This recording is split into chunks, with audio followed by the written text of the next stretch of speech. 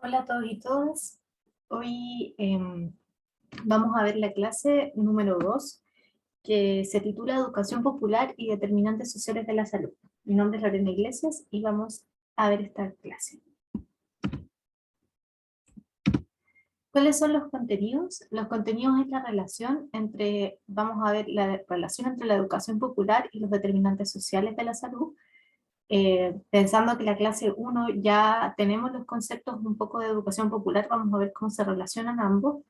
Luego vamos a ver los determinantes sociales de la salud y les voy a dar un pequeño ejemplo que les va a servir luego para desarrollar el taller formativo de esta clase.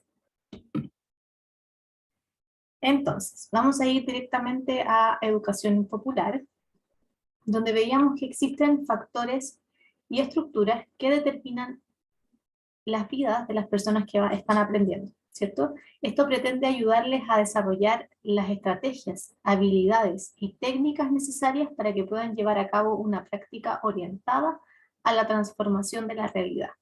Esto era lo que hablábamos cuando veíamos que esta educación popular tenía un factor importantemente político, ¿ya?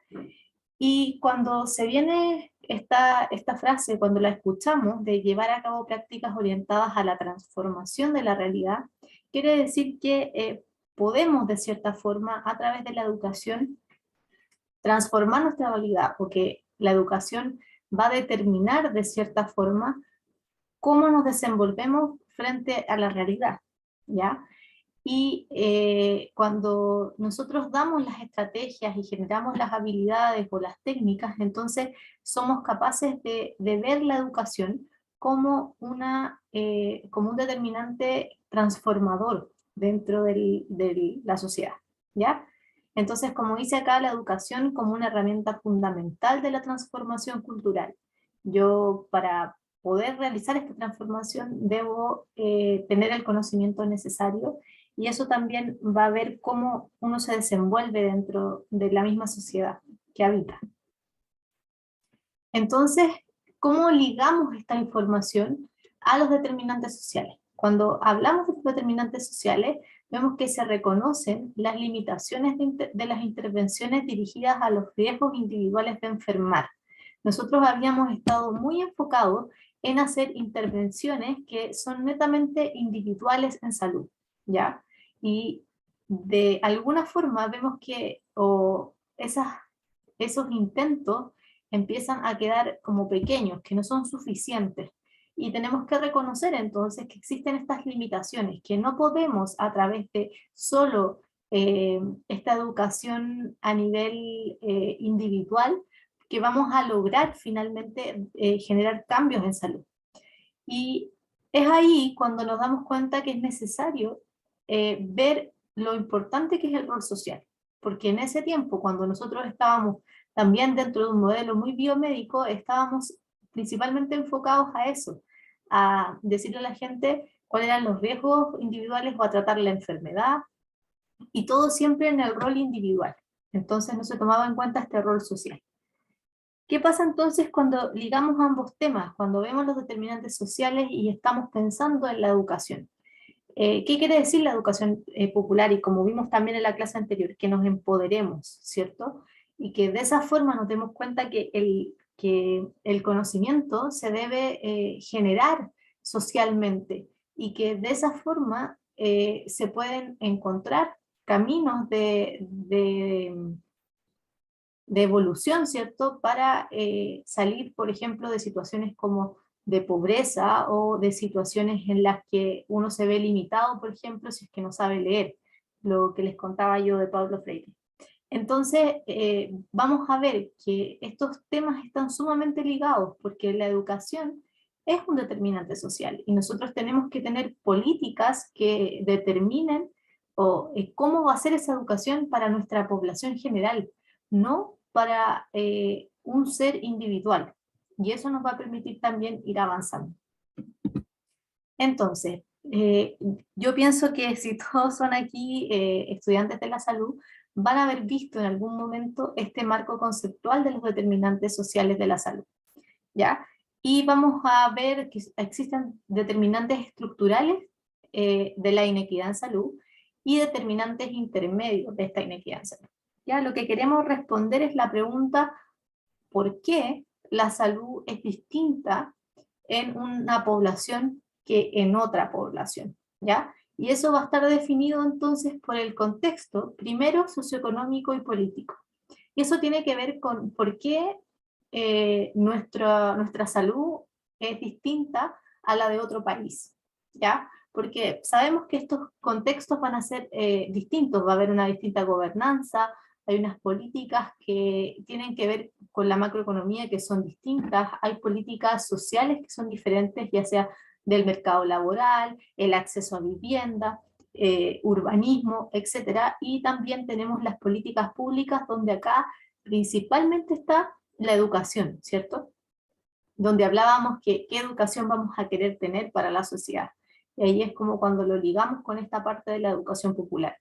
Tenemos también la salud, la protección social, por qué nuestro sistema de salud es distinto a otro de otro país, por qué existen mayores coberturas o por qué existe un mejor acceso a la salud o a la educación, y eso va a depender de la política pública, ¿ya? Entonces acá podemos distinguir por qué en un país pasa una cosa y en otro país pasa otra, porque existen estos contextos diferentes. Y la cultura y los valores sociales. Entonces, dentro de los determinantes estructurales vamos a tener que, vamos a situarnos en un país, pero vamos a ver que dentro de un país también existen diferencias, ¿cierto?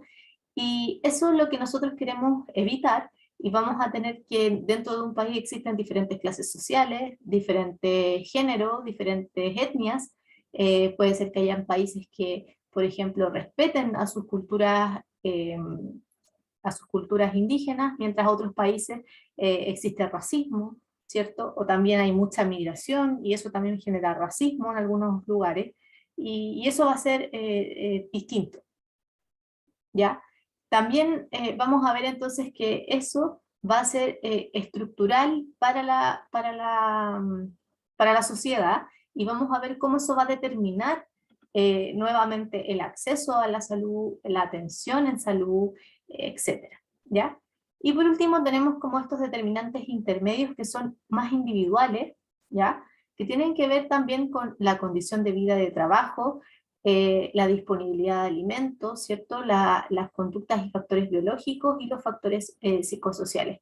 A pesar de que son quizás más individuales, siempre están en un contexto comunitario, porque la gente que vive en una misma comunidad, los vecinos, etcétera, por ejemplo, van a tener la misma disponibilidad o el mismo acceso a alimento que otros, a menos que uno tenga mayor ingreso, y eso hace que tenga que pueda comprar alimentos que quizás otra persona no puede, ¿ya? Eh, o que dentro de sus factores biológicos, por ejemplo, tengan cerca un basural, y eso hace que sus circunstancias sean muy similares siendo vecinos, ¿cierto? Y que eso los esté determinando en la salud que va a tener esa comunidad, ¿ya? Entonces vamos a ver cómo finalmente eso va a impactar en el bienestar o en la, o en la salud de esa comunidad o de ese grupo social más grande, o finalmente del país, si es que lo estamos viendo en un contexto de políticas sociales, ¿ya? Igual, me imagino que ustedes ya lo han escuchado, pero de todas formas quiero recalcar esto de que son determinantes de la inequidad en salud. ¿Y por qué nosotros vamos a hablar de, de esta inequidad? Es porque finalmente nosotros somos parte de este sistema de salud y tenemos que tener esta mirada de los determinantes sociales para poder saber también a quién estamos atendiendo y qué entregamos finalmente como qué entregamos como solución a las personas que atendemos, ¿ya? Entonces, existen recomendaciones, y estos van a ser como dentro de las recomendaciones de la OMS para combatir estos, estos determinantes sociales. Y existen tres principios básicos. El primero es el mejoramiento de las condiciones de vida, donde nosotros, o donde cada gobierno y cada país debería tratar de mejorar las condiciones de vida de cada uno de sus ciudadanos, ¿ya? También tenemos el punto 2, que es luchar contra la distribución desigual, tanto del poder, como del dinero, como de los recursos, porque esta desigualdad va a generar, por ejemplo, situaciones cada vez más extremas, extremas pobrezas, ¿cierto? Extremo poder, extremo dinero, y eso va a generar mayor desigualdad, ¿ya? Nosotros lo que queremos lograr siempre es entregar más al que tiene menos, y entregar menos o no entregar al que tiene más, ¿ya? Y de esa forma ser equitativos en la distribución de los recursos, ¿ya? Nosotros no podemos pretender darle a todos por igual, porque eso finalmente lo que va a hacer es generar más desigualdad aún, porque de base como determinante social, no todos tenemos las mismas oportunidades, ¿ya? Entonces, también como punto 3, queremos medir la magnitud del problema, analizarlo y evaluar los efectos de las intervenciones. Este punto 3 es sumamente importante porque cuando nosotros pretendemos medir cuál es la magnitud del problema, pretendemos levantar información sobre esto, sobre la desigualdad del poder, sobre la desigualdad del dinero, sobre la desigualdad de los recursos, sobre cómo es desigual los accesos a, por ejemplo, alimentación, a lugares de compra, a diferentes problemas de salud, y también con eso lo vamos a analizar y evaluar los efectos de las intervenciones. Para analizarlo también vamos a necesitar investigación. Necesitamos que personas puedan investigar sobre estos temas, ¿ya? Vamos a ver cada uno en detalle para que quede un poquito más claro. Entonces, cuando se habla sobre la mejora de la condición de vida, o mejorar la condición de vida, hablamos sobre la equidad desde los primeros años de vida, y esto es sumamente importante porque vamos a determinar las circunstancias en salud de un niño, por ejemplo, desde que su madre está embarazada. Entonces es sumamente importante desde ahí que nosotros comencemos con este ciclo, ¿cierto? Que más bien es bastante circular, porque si esa madre ya está en situación de pobreza, por ejemplo, está condicionando, está determinando que su hijo también probablemente esté en la misma situación, y que no, ella, por ejemplo, no se nutra bien durante su embarazo y su hijo podría tener problemas, o qué pasa si ella tuvo algún consumo de drogas o algún consumo de alcohol durante su embarazo, también podría estar ya determinando los primeros años de vida de ese niño, o si ella quizás no tuvo un acceso a una educación, lo más probable es que también eso determine, ¿cierto?, la infancia de su hijo, ¿ya? Entonces, todas esas, que, bueno, van a ver que existen estudios sobre esos temas, nosotros qué tenemos que hacer, tratar de proteger esta equidad en salud. Como les vuelvo a repetir, darle a las personas según las necesidades, o entregar los recursos según las necesidades de cada individuo o de cada comunidad, ¿ya? ¿Y por qué entonces hablamos sobre los primeros años de vida? Finalmente por esto, porque ahí tomamos como un inicio, ¿cierto?, de estas inequidades finalmente. Otra cosa muy importante es dar entornos salubres, ¿cierto?, para la población sana. Lo que yo les hablaba, les decía el ejemplo del basural, sumamente importante. Eso no es brindar un entorno salubre para esa población, es determinarlos a tener una mala salud, o que esas personas vivan en un lugar donde está alto el nivel, qué sé yo, de cobre, de cromo, de no sé, de una minera que está muy cerca, que contamine el agua. Eso no es entregar una mejora en la condición de vida, ¿ya? Prácticas justas en materias de empleo y trabajo digno. Esto ha sido bastante complejo, sobre todo en la materia de ahora, en cómo vemos que las prácticas son desiguales en el empleo, en términos de género, por ejemplo, y cómo el acceso a un trabajo digno, con un sueldo digno, ha sido una gran temática dentro de ahora del estallido social, por ejemplo. También vemos la protección social a lo largo de la vida, y esto quiere decir que todas las personas también, como dice abajo, tengamos una atención universal de salud, que existan elementos de protección social como las pensiones, ¿cierto? Que son temas que, como si lo ven, son bastante contingentes en el momento que vivimos, y es porque finalmente nos damos cuenta que eso está determinando no solo la salud de cada uno de nosotros, sino que obviamente la forma en la que vive, etcétera, y las oportunidades que podemos tener o darles también a nuestros hijos. Dentro de la segunda, ¿cierto?, que veíamos, decía luchar contra la distribución desigual. ¿Cómo luchamos contra esta distribución desigual? ¿Cómo luchamos como nación, ¿cierto?, etcétera? Y es dando la equidad sanitaria en las políticas y sistemas y programas. Porque como veíamos nosotros a nivel individual podemos hacer algunas cosas dentro de los determinantes sociales individuales, pero dentro de los determinantes estructurales es necesario que exista la equidad sanitaria en las políticas y en los sistemas. Eso nos resguarda como individuos, ¿ya? Que la financiación sea equitativa, que exista responsabilidad de mercado, que exista equidad de género, que haya emancipación de las políticas de integración, que pensemos en la gente que necesita esta integración y que es parte, ¿cierto?, de la comunidad, que es parte del país, etc. Y que existe una gobernanza mundial eficaz, no solo, ¿cierto?, a nivel país, sino que también existan estas alianzas a nivel mundial.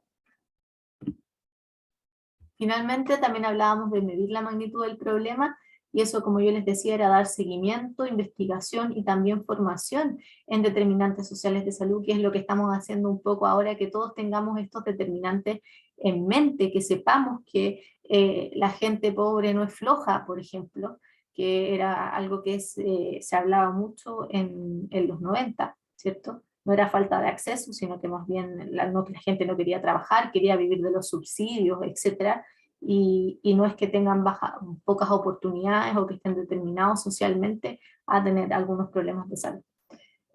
También la formación de actores capaces de realizar acciones a este nivel, y eso principalmente, como les decía antes, también es ser parte de la investigación. O sea, cómo nosotros nos formamos en estos determinantes sociales, cómo los conocemos, cómo sabemos cómo influyen, cómo analizamos las problemáticas a través de los determinantes sociales de salud, y así podemos tomar las acciones necesarias, pensar en qué políticas son necesarias, etc. Entonces les voy a dar un ejemplo que les va a servir mucho para hacer su taller, que habla sobre el enfoque de los determinantes sociales en una problemática de salud. ¿Ya? Yo voy a tomar un ejemplo, después ustedes podrán tomar el suyo para poder analizar esta problemática a través de los determinantes sociales. Y lo que vamos a ver son los egresos hospitalarios por accidente cerebrovascular por edad y sexo. ¿Ya? Esta es una gráfica del 2014, ustedes acá pueden ver que, por ejemplo, entre los 15 y los 19 años prácticamente no existen accidentes o antes de eso no existen accidentes cerebrovasculares, pero sí desde los 20 a los 44, desde los 20 en adelante, ya se empieza a ver dentro de esta gráfica que existen este problema de salud. Si pueden observar, cuando vemos entre los 20 y los 44 años, vemos que es prácticamente igual para hombres y mujeres. Y esto principalmente se debe a que es una etapa para las mujeres, una etapa donde pueden quedar embarazadas, y principalmente el accidente cerebrovascular se aumenta en etapas de embarazo, lo que hace igual en esa edad muy parecido, ¿cierto?, a la incidencia o los egresos hospitalarios de hombres y mujeres. Pero fíjense cuando pasamos de los 45 a los 64, los hombres tienen muchos más egresos hospitalarios por ACV, igual que entre los 65 y los 70, y luego de los 80 y más, entonces las mujeres pasan adelante. ¿Por qué las mujeres pasan adelante? Porque de los 80 y más, la población femenina es mucho más que la población masculina, ¿ya? Las mujeres son más longevas en nuestro país, y eso hace también que exista más incidencia de estos accidentes cerebrovasculares. Pero si lo ven, acá entre los 45 y los 79 años, entonces son los hombres los que lideran, ¿cierto?, por mucho más. Entonces, cuando vemos esta gráfica, vemos que existen efectivamente diferencias por edad y diferencias por sexo, ¿sí? Que como vimos son determinantes estructurales de la salud. O sea, yo vengo con una edad y vengo con un sexo de base. Si mi edad en el momento en que yo estoy analizando esta problemática, está, por ejemplo, dentro de los 65 años y soy hombre, soy más propenso a tener este problema de salud, ¿sí? Estructuralmente. ¿Qué pasa cuando vemos, por ejemplo, la evidencia sobre el estrés psicosocial con el riesgo de factor de accidente cerebrovascular? Vemos en este estudio que nos dice que, bueno, primero el estrés psicosocial va a ser un estrés, ¿ya?, que va a provenir, ¿cierto?, más a nivel individual, y por eso es un determinante intermedio, ¿ya?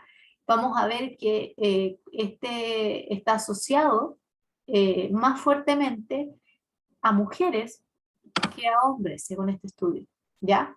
Entonces, nuevamente podemos ver que este estrés está más ligado al sexo femenino que al sexo masculino, ¿ya?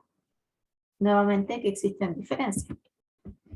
Y también podemos pensar en qué genera este estrés, ¿sí? ¿Por qué existe este estrés? Entonces tenemos que pensar también en los entornos urbanos que van a determinar a cada persona. Y ahí podemos pensar en algunos también factores que son intermedios, como el sedentarismo, los cambios en los hábitos de alimentación, las ofertas de alimentos poco saludables, el gran índice de malnutrición por exceso que existe, el ruido ambiental que también puede generar estrés, ¿cierto? El estrés ligado, por ejemplo, al trabajo y la hipertensión arterial. Entonces, algo que quiero destacar, y acá puse un auto y acá puse una gráfica que dice cuánto tiempo tarda en trasladarse a su trabajo. Hay muchas personas que, no sé, se levantan a las 7 de la mañana para llegar a su trabajo a las 9, y luego entonces se demoran, acá dice que, por ejemplo, un 36% de la población se demora entre 31 y 60 minutos, o sea, más o menos en promedio 45, una hora en viajar. Y 24% se demora más de una hora y media, y el 15%, perdón, el 15% más de una hora y media, y el 24% entre estos hora y hora y media de destino del trabajo. Y esta gráfica es antes de la pandemia, o sea, actualmente con la cantidad de autos que existe, ese movimiento de tiempo debe ser mucho mayor. Entonces, una persona que se levanta temprano, se va a su trabajo, que se demora entre una hora y media, luego llega a su trabajo, trabaja, sale a las 6 de la tarde, vuelve a su casa a eso de las 8, 8 y media de la noche, finalmente vive en relación a solamente su trabajo, ¿sí?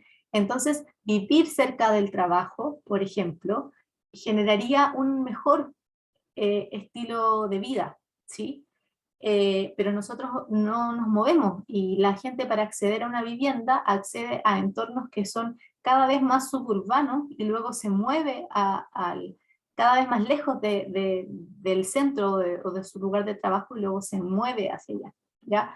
Entonces todas estas cosas nos están determinando socialmente. ¿Por qué no puedo acceder a una casa cerca de mi trabajo? Porque probablemente, si trabajo en Providencia, es casi imposible comprar una casa ahí, entonces me voy a vivir a un lugar como que sea más lejano, donde sí pueda comprar una casa, pero eso me va a generar una peor calidad de vida. ¿Por qué? Porque estoy determinado socialmente por la cantidad de ingreso que tengo, ¿cierto? La cantidad de educación que pude recibir, el lugar de donde vengo, etc.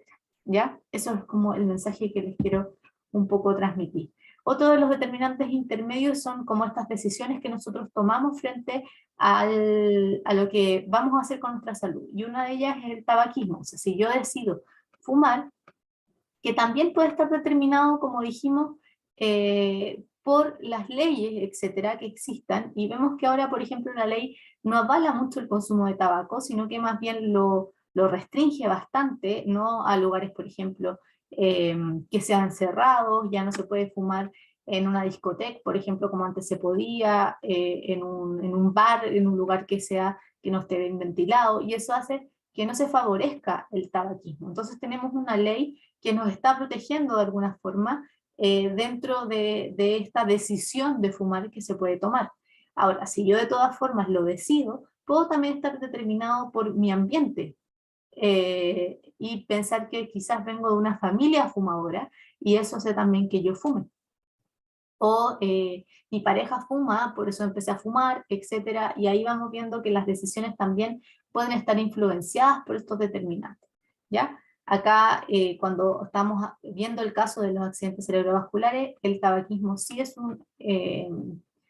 un riesgo o un determinante que sí debemos considerar, porque el riesgo relativo de presentar una ACV es 2 a 4 veces mayor en fumadores que en no fumadores, y cuando vemos la relación de la dosis-respuesta, vemos que fumar sobre 20 cigarrillos también aumenta en, imagínense, 5 veces el, el riesgo de tener un accidente cerebrovascular.